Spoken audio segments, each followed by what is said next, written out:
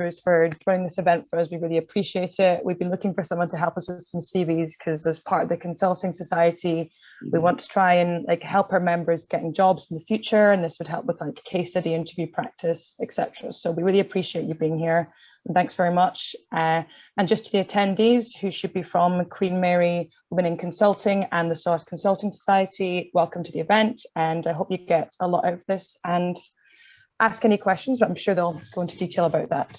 So yeah, I'm going to join as a participant now, so see you in a bit. Bye guys, thanks. All right, this is the part where there's always technical difficulties, so just bear with me while I set up PowerPoint. And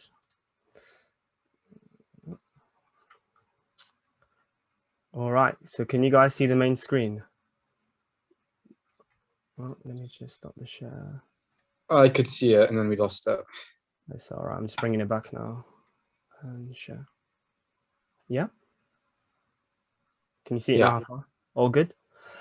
All right. Yeah. So welcome to the CV workshop. Thanks for the SOAS and QM for having us here, and thanks for the introduction, Isla. Yeah. So as you all know, this is a CV workshop, and it's hosted by us here at GradGurus. So just go over the agenda. We're just going to introduce ourselves, what our mission statement is, and who myself and Hafar are. Then we're going to go through some general CV guidance. I know majority will probably already have a good, solid understanding of CVs, but just for those who just need those one extra 2 tips, Hafar will go through that. And then we have a CV review. So one of the members has sent their CV in and has kindly offered for it to be reviewed live. To have been reviewed previously. And then we thought it'd be a fun exercise if someone or anyone's interested to have their CV reviewed live, either by us or by the group.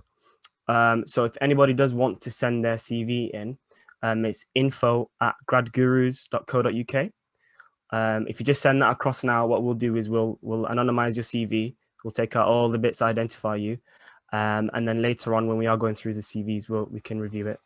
But yeah, that's info@gradgurus.co.uk.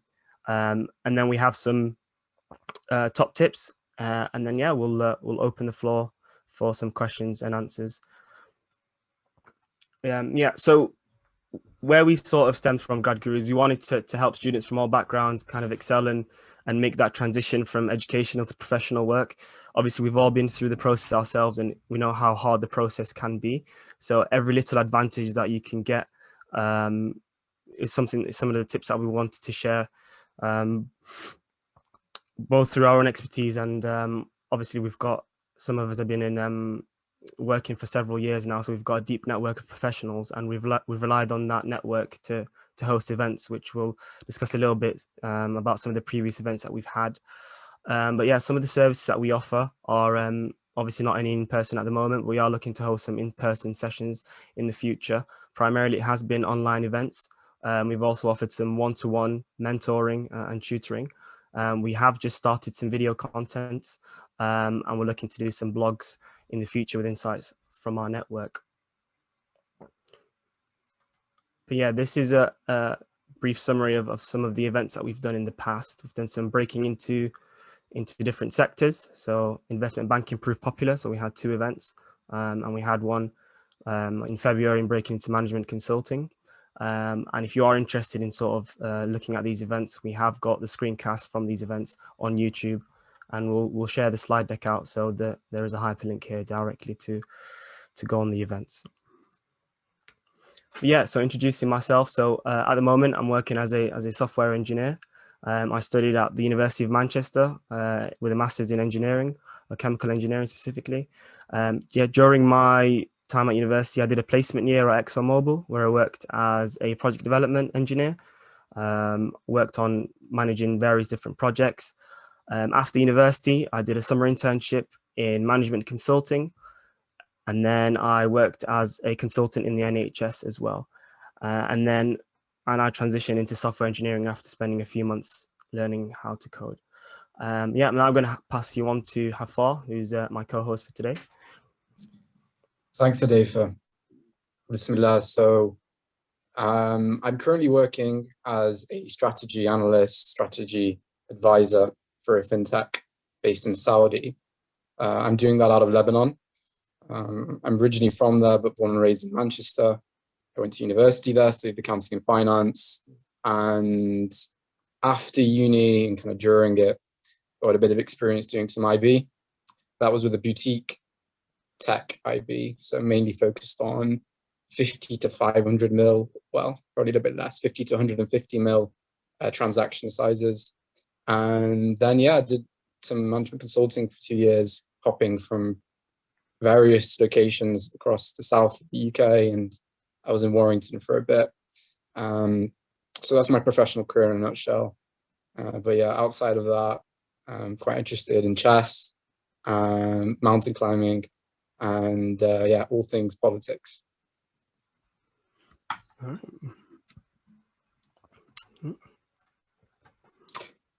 Great. So I'll take it from here, Hudayfa. I'll just obviously let you know if I need to change slides. Yeah, sure. As Hudayfa mentioned, I'm sure many of you guys already know about CVs. So I just want to use this section as a brief kind of, getting everybody up to the same speed, and perhaps, there's one or two things that you can take, which you might not have come across before. So the first bullet point, and it's 3 sections that I'll be covering. In an ideal world, this would be the only bullet point that I would share with you today.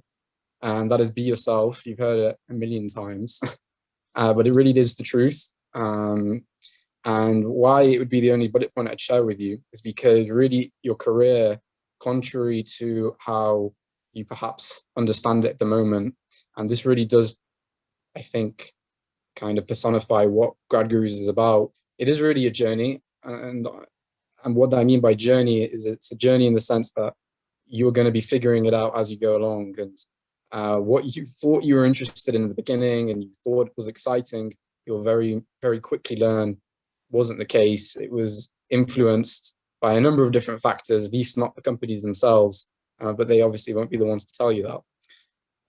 I can see a hand raised, by the way, by Manvi Lada. I'm happy to take questions or any quick points during the way, but yeah, we do have a Q&A section at the end. Is there anything quickly I can address? Do we need to do any unmuting?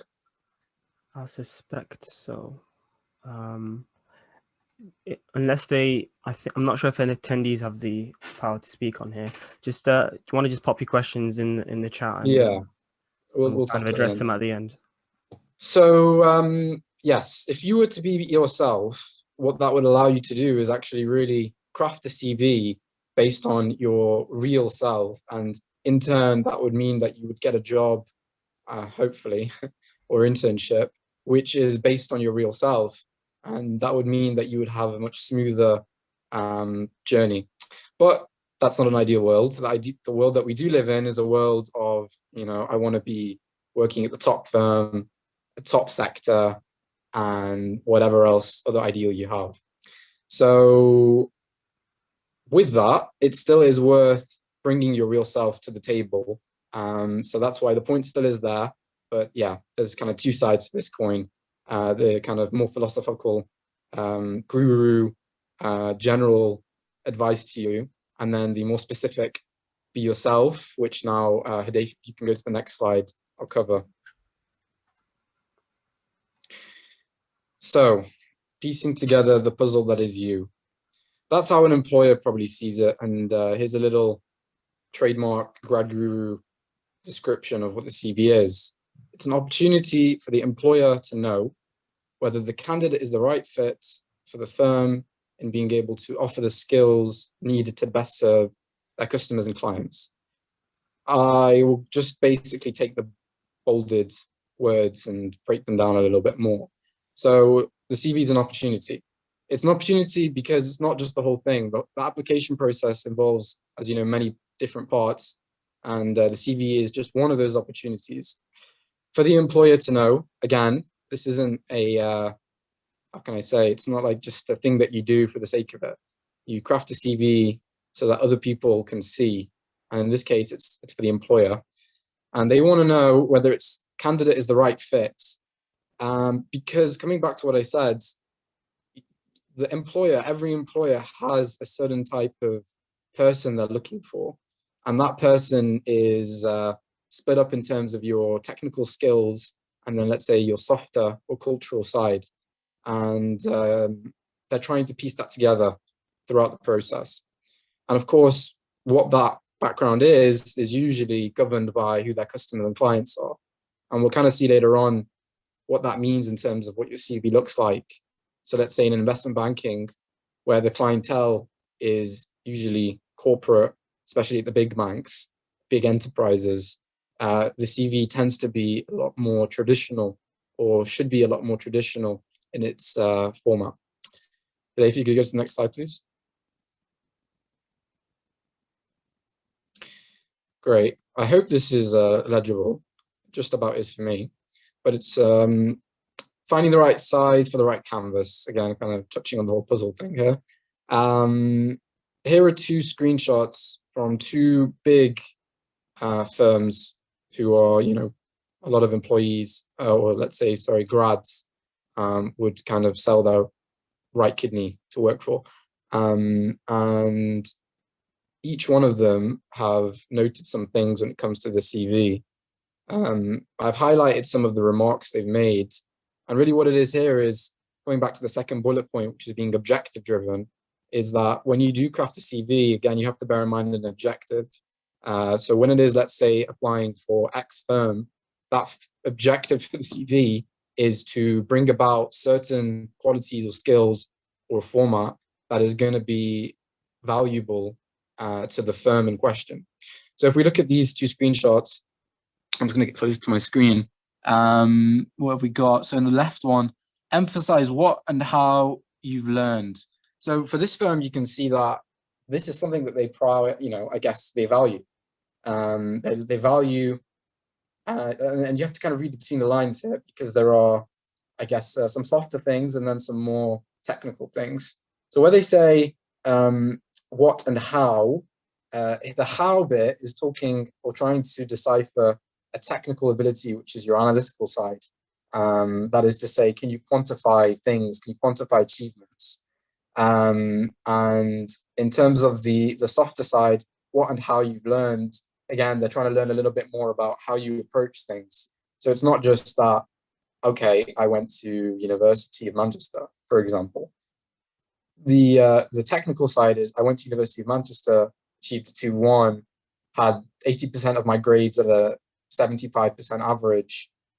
And then the softer side is, I did this while, for example, also being the head of X society and being on the dean's list. I know we don't have a dean's list, but whatever that would be in uni. I mean, I was far away from it, so I can't tell you what it was. So yeah, this is really just designed to show you that each firm will have its own criteria. It's very important to find what that criteria is. And then when it comes to actually crafting the CV, being very specific with what wording you're using and how you portray things, such that you can give off that image and achieve the objectives. Next slide, Adefa. And so yeah, these are two different CV templates, removing any jagged pieces along the way. And really, that's what a template is designed to do. It is designed to help avoid errors in very basic CV crafting. So I'll take two sectors or two industries which are very popular, which is investment banking and consulting. Now, like I said to you, investment banking and consulting, they have certain soft qualities they're looking for, but also some technical qualities that they're looking for any particular grad. And those technical qualities would be analytical ability and your structuring. These are very core skills. And with GradGurus, we have different sessions where we teach some of those skills, and you do have them, but it's just about putting them in their right context. So those are the core, and the CV is a chance for them to see, do you have those at some basic level? And the template and the way it's formatted shows a lot about that. So what you can see with these two templates, these are kind of gold standard. I'm sure if you guys have done your research, you'll have seen them and who they're provided by. And they basically kind of help you along the way to at least cross those two boxes, because the structure's there, as you can see. It's very clear. You have your education section, and then your work and leadership, and then your interests and whatever. And then your analytical side of things is kind of, again, in your bullet point formats, giving a walkthrough or a play-by-play of what those experiences have been like and how your education has gone down. So yeah, the templates help doing that. As I said, removing any of the jagged pieces, making sure that obviously you don't have any spelling mistakes. Why? Because again, let's take the investment banking consulting sectors. Attention to detail is a key trait. When clients are paying X million, you know, they want to make sure that X million is being seen as worth it. So yes, a CV with certain errors in it, spelling or other types of grammatical or positioning, will be seen as somebody who doesn't have attention to detail. So we want to avoid as much as possible that type of perception, even though, again, we're not perfect, but the world is such. So yes, that is what I have to say. That's the kind of basic advice. I'm sure many of you have come across it before. For those who haven't, just some things to consider. And now we'll go into the real meat, which is taking a CV and dissecting it. And yeah, hopefully hearing some of your thoughts too. Yeah. All right. Thanks for that, Hafar. Just bear with me whilst I switch over to the different screen. So, okay. And we'll just share this. And just actually put that one there.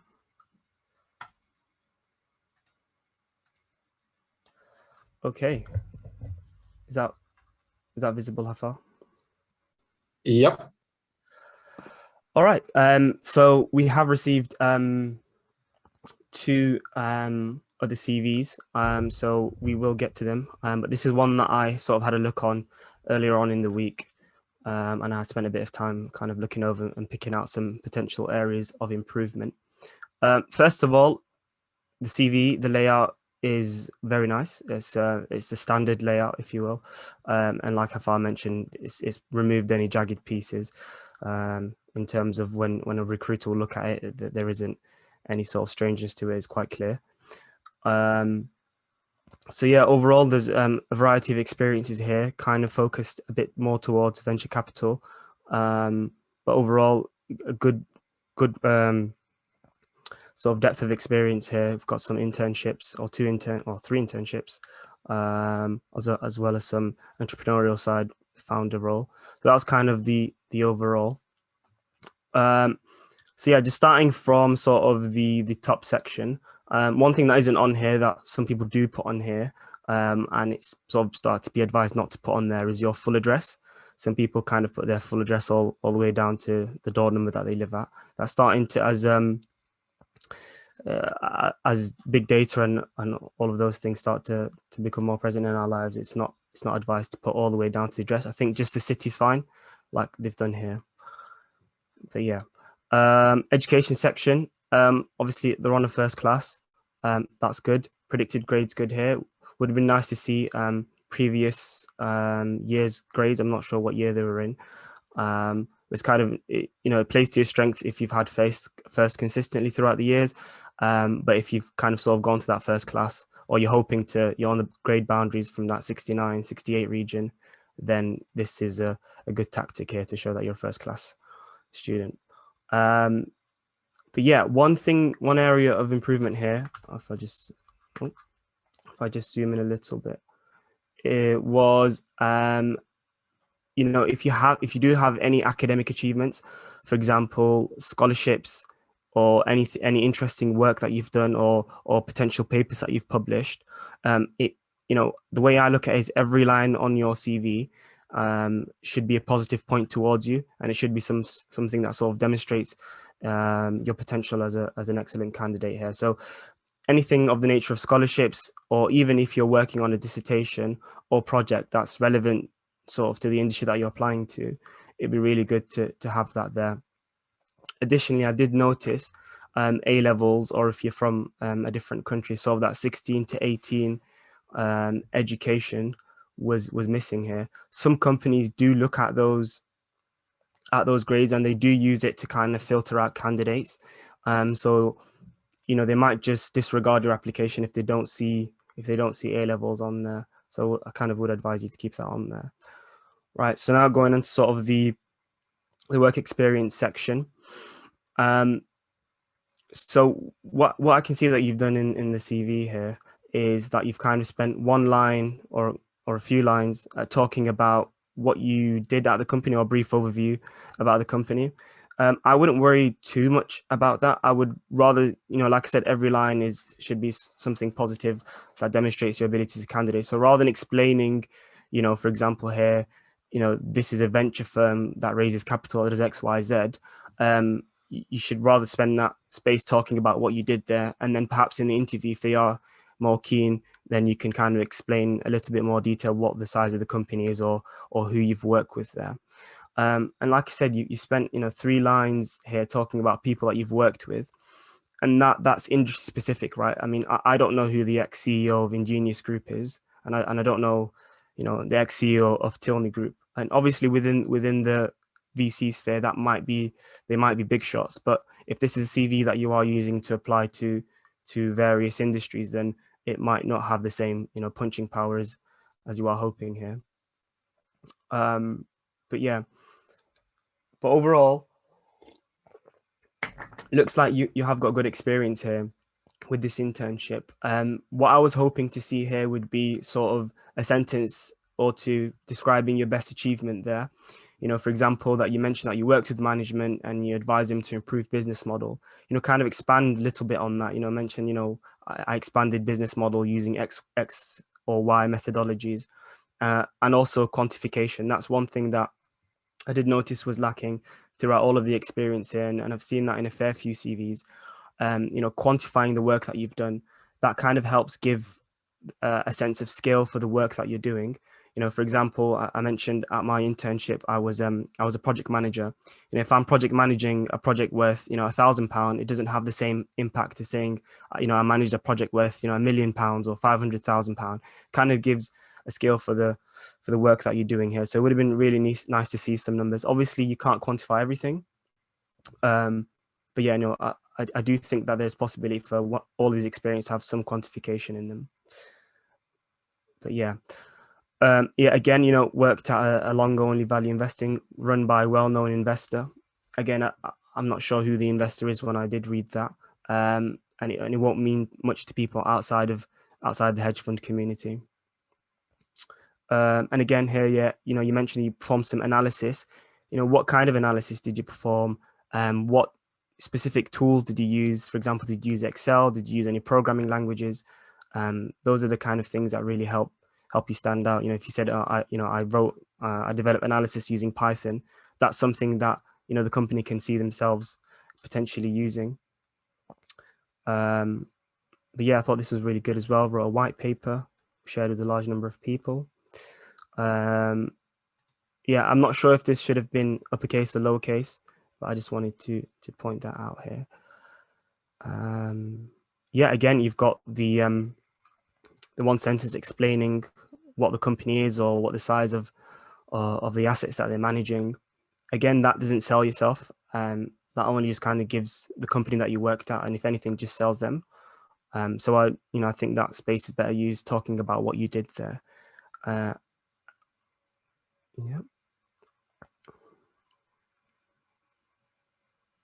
And again, just, you know, lack of quantification there. And I thought that was particularly true for this point as well. You know, you're a research analyst and you're analyzing data sets and stuff. You know, that's really ripe opportunity there for you to talk about what tools that you use specifically. You know, if these are industry standard tools, I'm not sure what you might have used in this particular role here, then obviously it really shows that you're a fit for the company if you're using the tools that they use themselves. You know, programming languages, you know, particularly Python for these industries is on the rise. So, you know, anything that shows that you've got a little bit of edge over the candidates is really good. And I know you mentioned that you're learning Python over here as well. So I don't know if you use them in those roles, but it would have been a good opportunity for you to highlight it there. I quite like this section, a little bit different from so most of the CVs that you see, obviously you founded your own investments, property investments company, or real estate investments. A little bit different.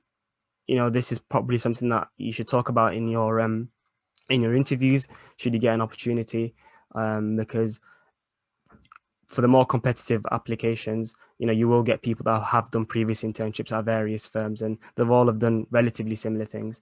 So, this here shows that you're a little bit different. Mention that you resulted in over 140 investors on your database. Would be interesting to hear about what you did with those investors on your database, and how you've kind of maintained and grown that. But overall, really good there. Looking at the next section here. Yep, president. So yeah, obviously these roles do look for leadership, and I do like how you've highlighted your leadership and sort of wider involvement at university, because they are, obviously these companies aren't just looking for people who have done a million internships. Not everyone will have done internships, so if you've done things, but they are looking for people that are active outside of university and are involved in different societies and projects. Obviously, ideal to have both. But yeah, you mentioned here you raised 10,000, or you're in the process of raising £10,000 bursary fund. That sounds impressive to me. Perhaps it would be worth expanding a little bit more and talking about how you plan to do that. And maybe is it through a social media strategy? Is it through negotiating with stakeholders at the university? But yeah, overall, I thought that section was really well done. But yeah, again, you can tell I'm an engineer. I've mentioned quantification a few times now. But like I said, it helps, gives the scale of the work that you're working on. So here you mentioned that you're a teacher. If you're teaching one or two children versus a full class of 30, obviously different there, and it helps puts the size of the task into context. But yeah, one thing I did want to sort of share, and obviously you've got your standard skills and interests. You mentioned that you learn in Python. If you've done any small projects in Python, would be really good for you to link it to a GitHub, or maybe you've got your own personal website which you can share those projects on. But yeah, one thing that I've seen a lot of people tend to put is that they're beginner/learning a language. Personally, my advice would be, if that language can't be used in a business context, or by the time that you're ready for that role, it can't be used in a business context, you're kind of setting yourself up for failure if they do ask you about it, and if they do ask you about either in the interview or on the job. So I would advise kind of leaving that off there unless you're at least business comfortable in using those particular languages. But yeah, this is something that obviously is on the CV templates, and it's something that I've seen fairly often. What I would like to see, and what I use in my own CV, and I'll share a screenshot in a moment, is kind of small achievements within those interests. Sometimes I tend to see people, they just put a society down. They'll just put, for example, engineers tend to put down the IChemE or the MECE. Just because you're part of a society, it's more interesting to talk about what you did in those societies or what you've achieved in those societies. Obviously not everything is to be done for the sake of achieving something, but it would be nice. And I'll just show you a small screenshot if I just switch back to the PowerPoint.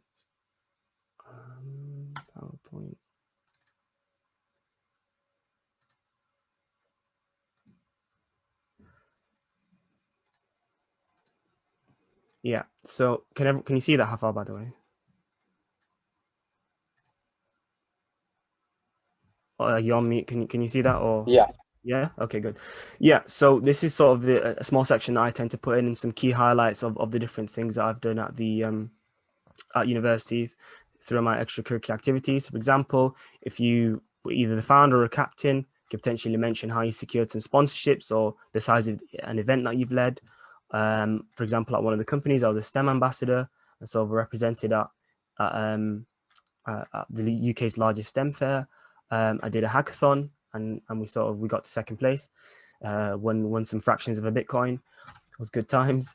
But yeah, just something to give you, like I said, every little line is supposed to sort of give you an insight into your personality and potentially some of the advantages you can offer over other candidates. But yeah, let me just go back to the. But yeah, that was sort of hopefully an in-depth review of your CV. Hope the person that sent this in was found it useful.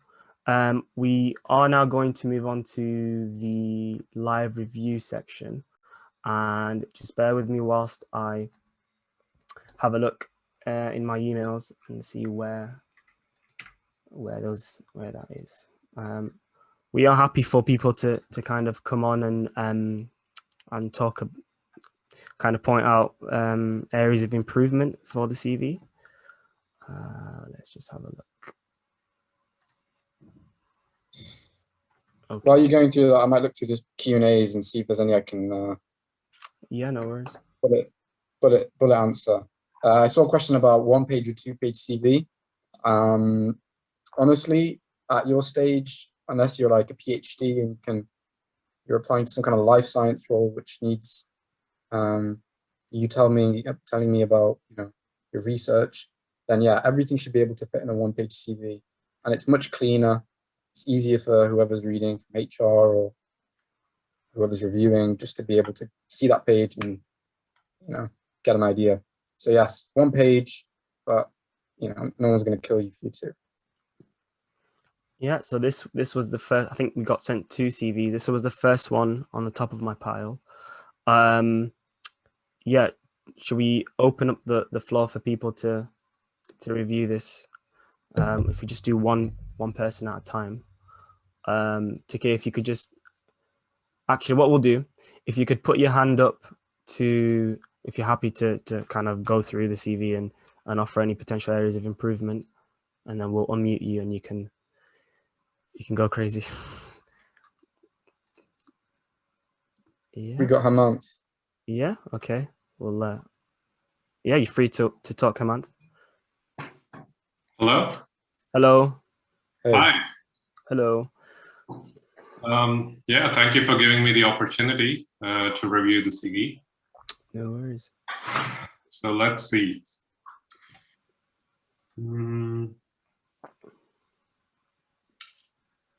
Right.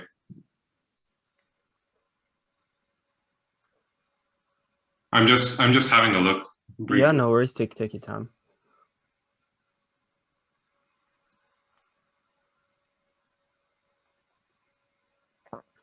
I think to begin with education. Mm-hmm. Firstly, I think the format needs to be a bit more clean, because the alignment seems to be all over the place at the moment. Yeah. Especially with 2020-2024 and then 2016 and 2020. Yeah, precisely. I think that was the first one which I saw. And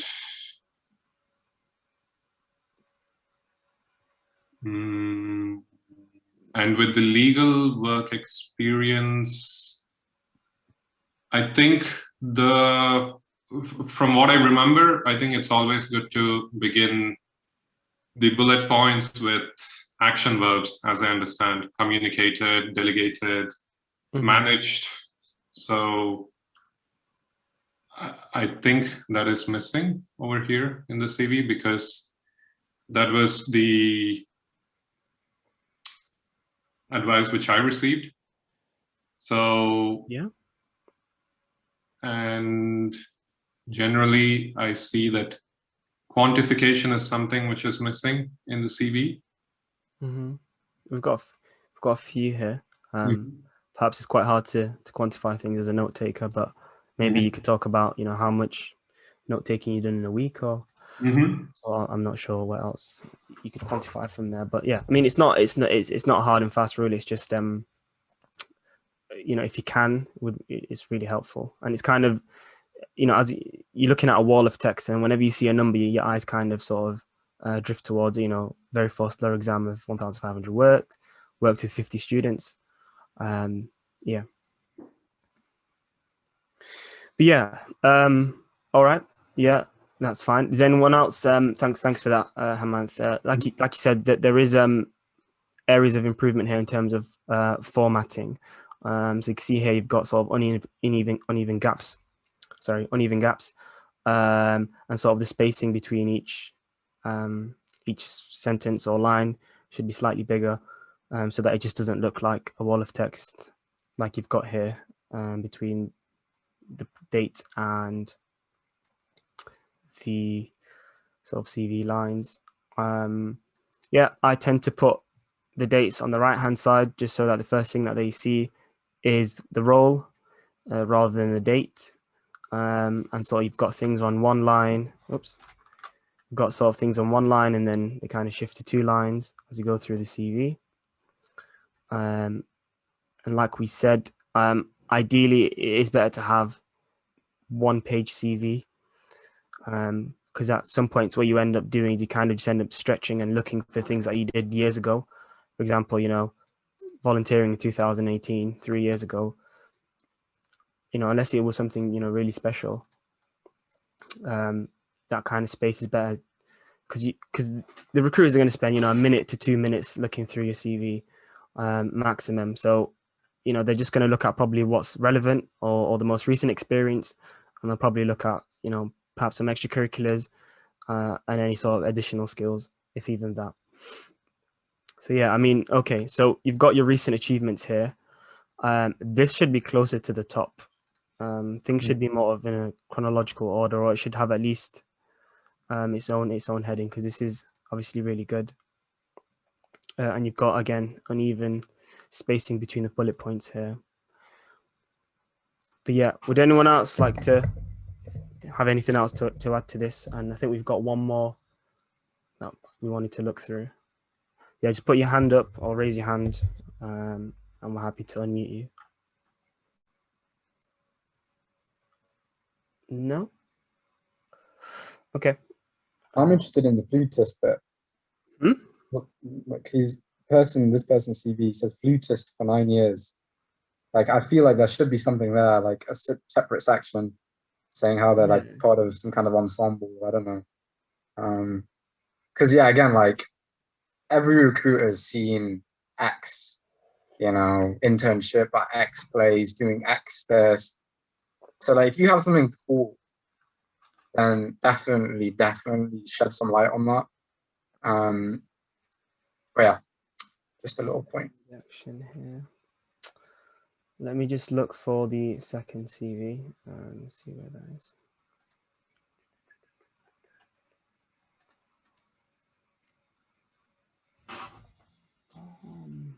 Okay, let's see if there's any Q&A while you're getting that up. Can we use a non-traditional format, i.e. designed formatted CV from online? They do look fancy, but I'm afraid that is not what HR is looking for.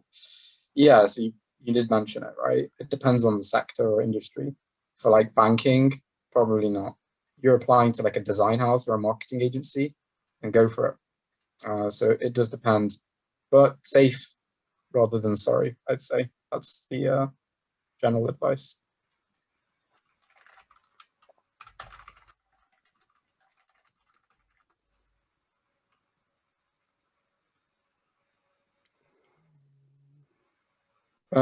In the workshop, do you differentiate between CV and resume?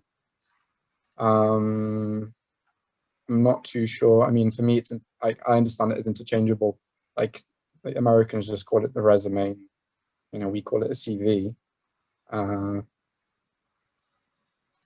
I guess maybe your question is there any difference between writing the CV for a company in the UK or the US?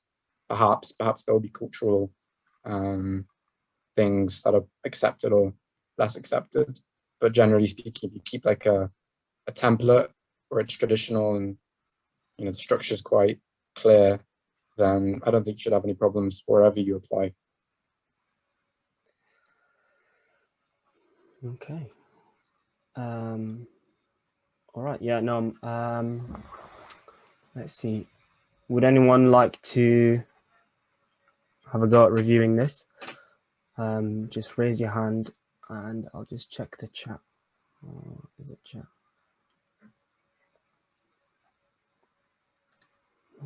Chat.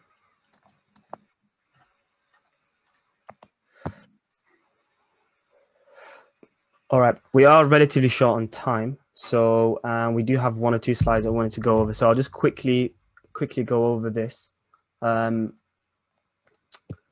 Okay, so we've got a lot of spacing at the top here being just taken up by, you know, your name, presumably address, and a LinkedIn hyperlink.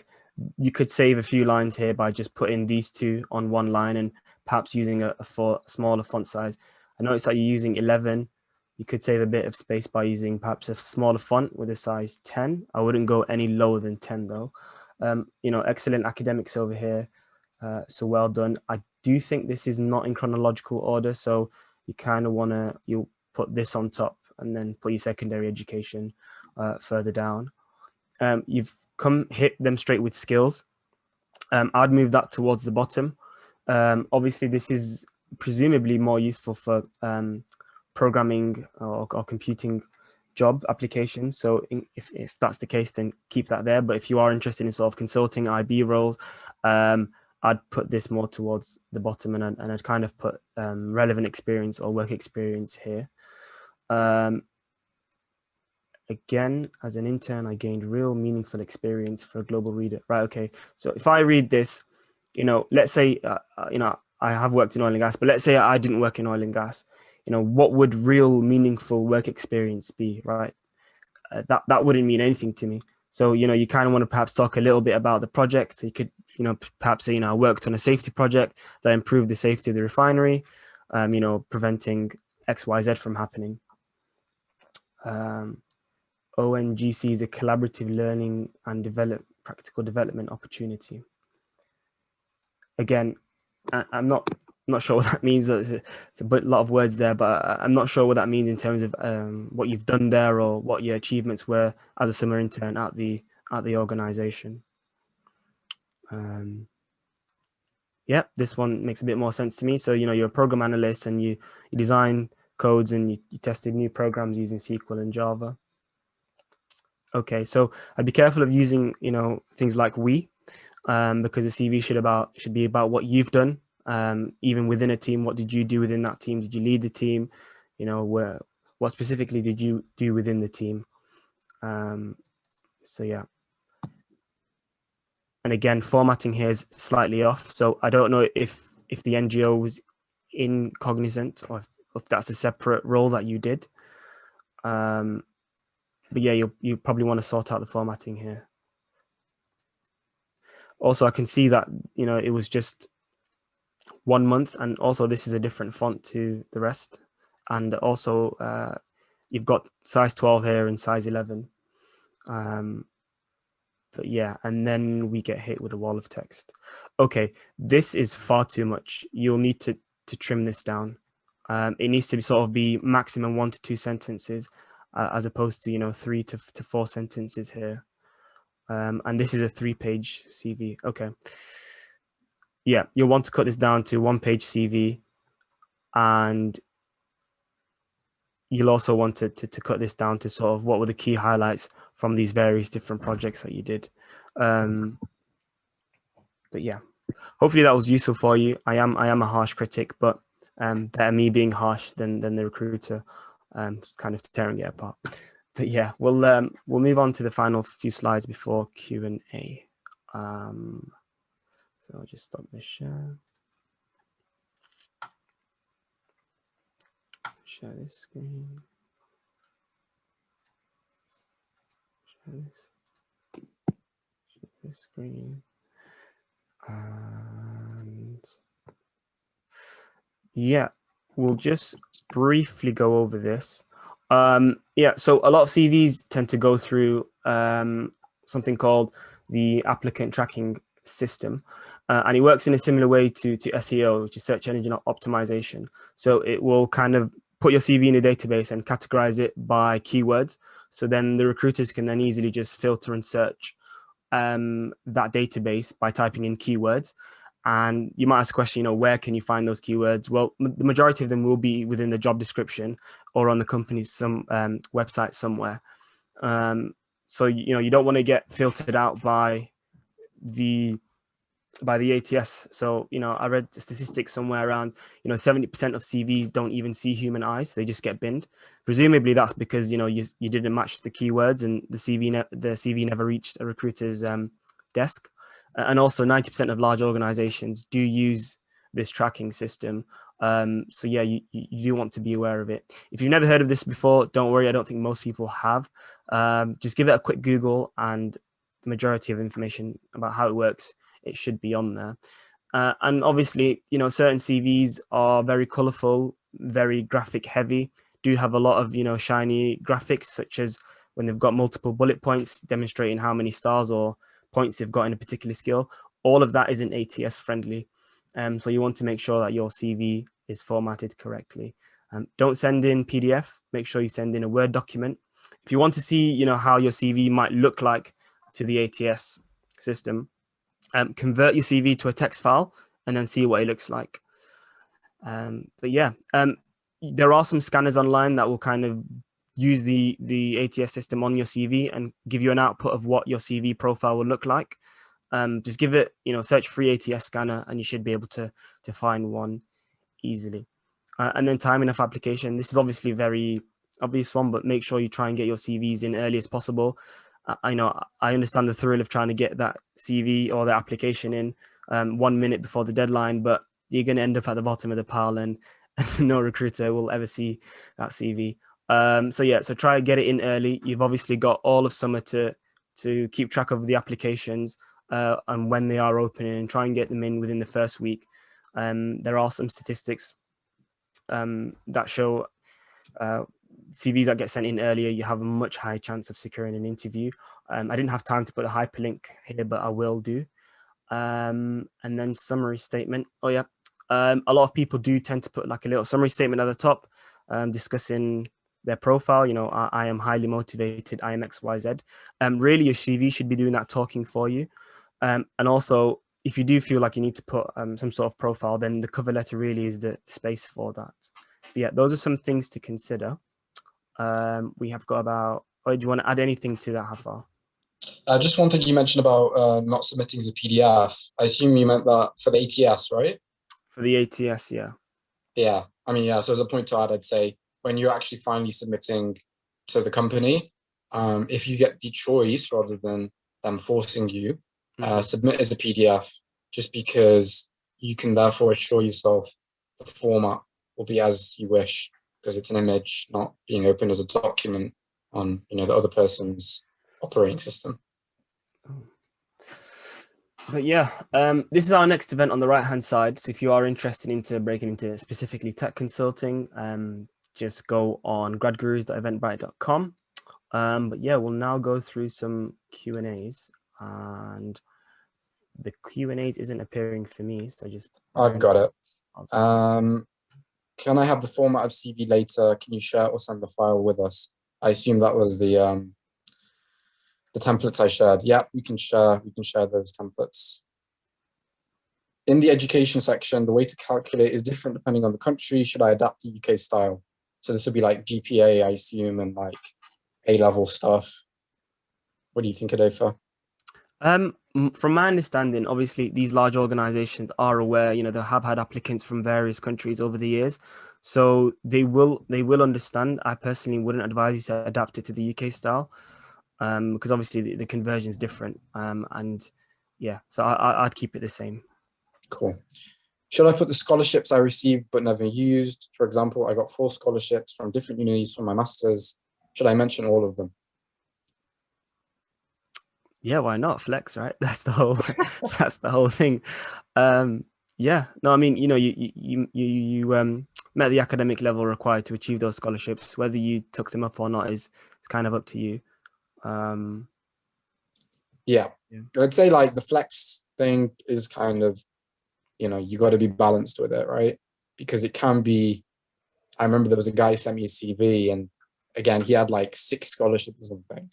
So like he flexed, but then like he had a section which was talking about how he was like a bartender or something, or worked at a bar. Okay. And then like he kind of dropped, like he worked at the bar and like sales went up, and I was like, come on, man. Yeah, You no, I mean, flexed already enough, but you don't have to tell it's me in about. moderation, right? I mean, it's in moderation. You know, you working at a bar isn't going to increase the percentage sales by much unless you do some Cool. sort of social media campaign or whatever. But yeah, Uh, it's in moderation. Right. I have an issue with coming up on the results impact of my work. How should I go about brainstorming it? I know what work I did, but I do not know what results or impact it produced. Right, I see. So it's more about converting your experience into those impacts or results that, you know, recruiters want to see. How do you go about that?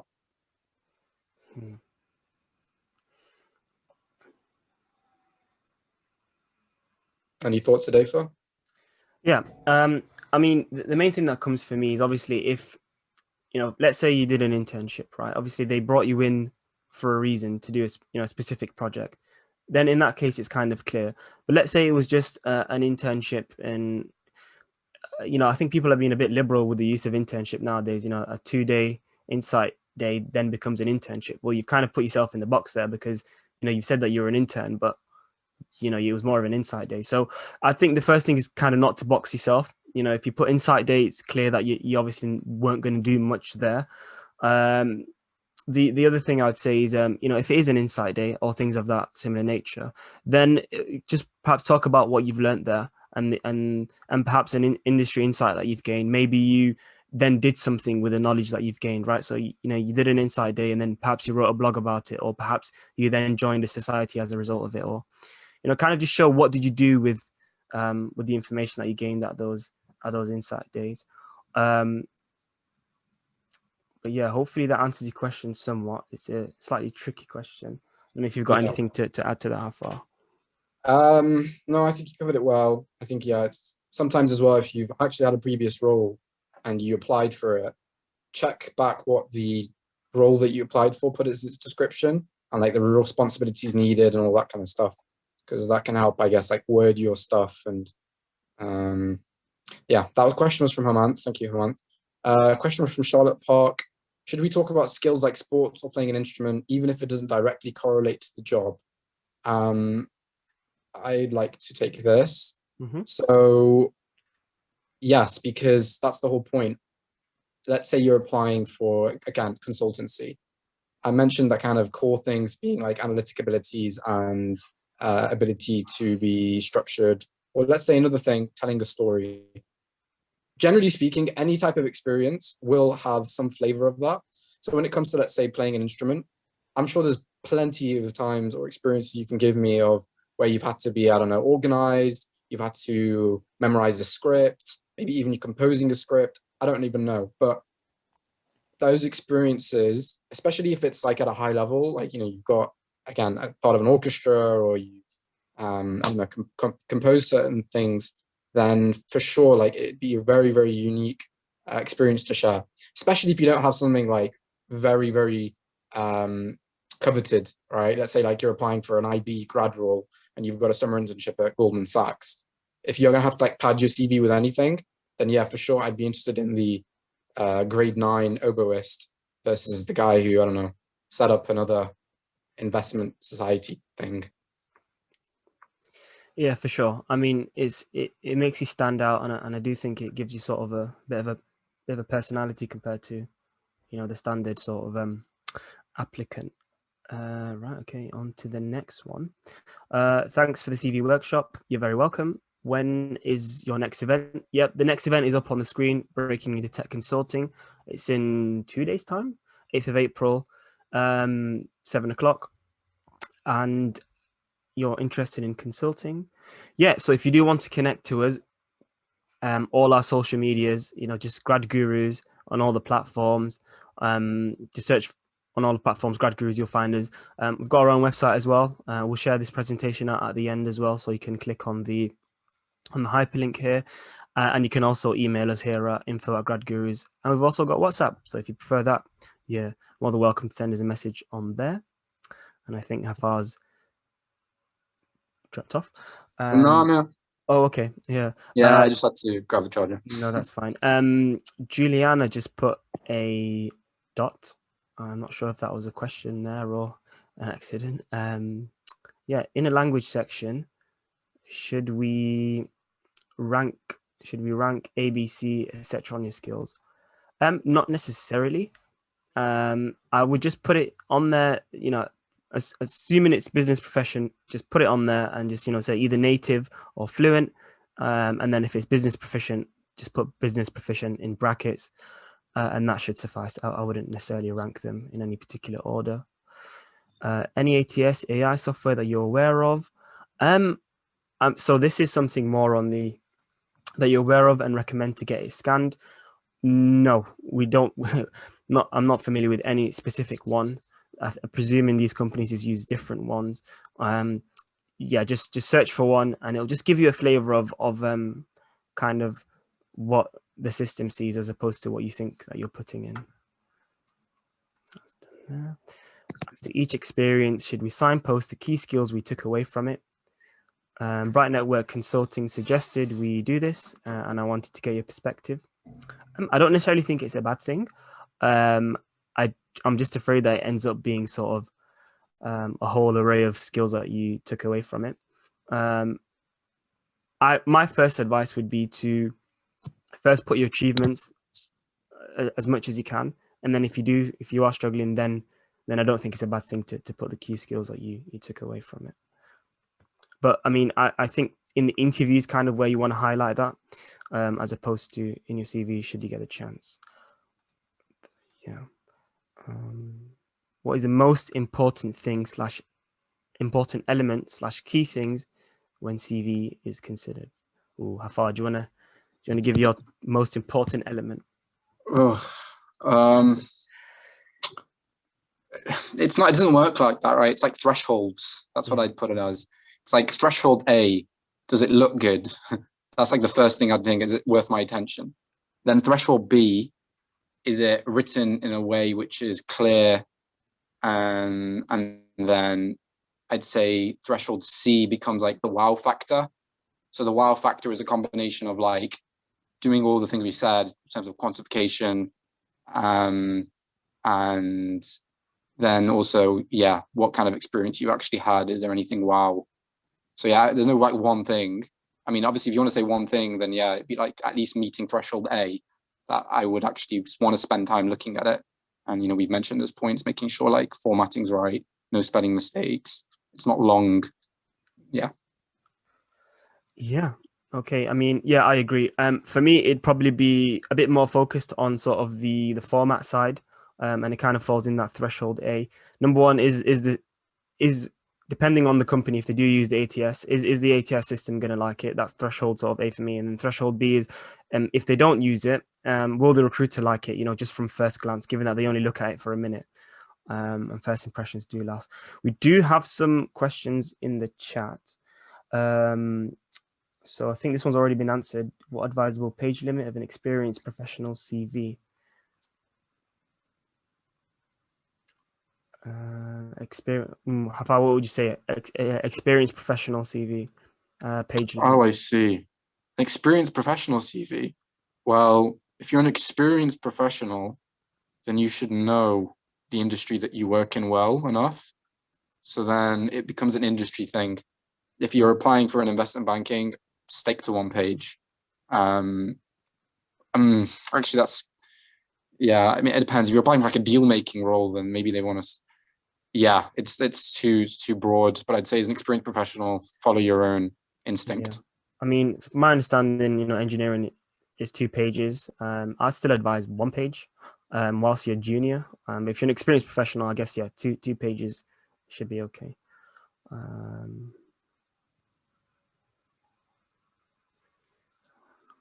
If we don't get all right, I think there's one more in the Q&A. One sec, let me have a double everything check. There was one more I saw. Where is it? I just graduated university and no work experience. Now postgrad student, so my CV might be almost empty. What should I do to fill it from now? I mean, you have to have something like, you know, yeah, you just have to think broader than like typical internship experience. It could be like you were part of like, I don't know, some kind of like cadets group. You could have, I don't know, worked for your uncle. You could have maybe even just done something as a hobby, as a YouTuber. There has to be something to you. Everybody has something. So it's about trying to find which ones and then start. You might think, oh, I can't really talk about that. But I pick it and then start going through what you've actually done. You'll start to find you can start. Honestly, if you look at my old CVs, what kind of experiences I've put and what I've made them sound like. Yeah, I mean, look, so for that, I would say, you know, part-time jobs are okay. Any society involvement is okay. You know, even if you help out your family business, that's okay to put on there as well. You know, if you manage sort of community groups outside of any sort of society, that's okay as well. You know, even if you are, you know, what do you call it, Dungeons and Dragons DM or Dungeon Master, that's okay as well. I know, like Afar mentioned, the very first point, you know, bring yourself to the interview. So any sort of experience that you have in things that you've sort of managed, led, or even just been involved in, it would be fine to put on there. And obviously, you know, you mentioned that you're a postgraduate student. So if academics has been your primary focus, then I'd expect to see some really strong academics on there, and perhaps any research that you've done in the summer or anything that you've got involved in at university with the academics is okay. But yeah. Last one I've seen. Sorry, was somebody going to speak there? I'm not sure, no. Okay, I thought I heard something. Indrabati asked about how they fit more than, you know, they've got a lot of experiences. How do they fit it all into one page? It's a question of priorities. So how do you prioritize? It's all about what kind of skills you want to, what do they call, portray? So let's say you've got, you know, 3 coding internships and like 2 data design or something like that. Then yeah, you just pick 1 data design and 1 coding. You don't cover similar experiences. Yeah, no, that's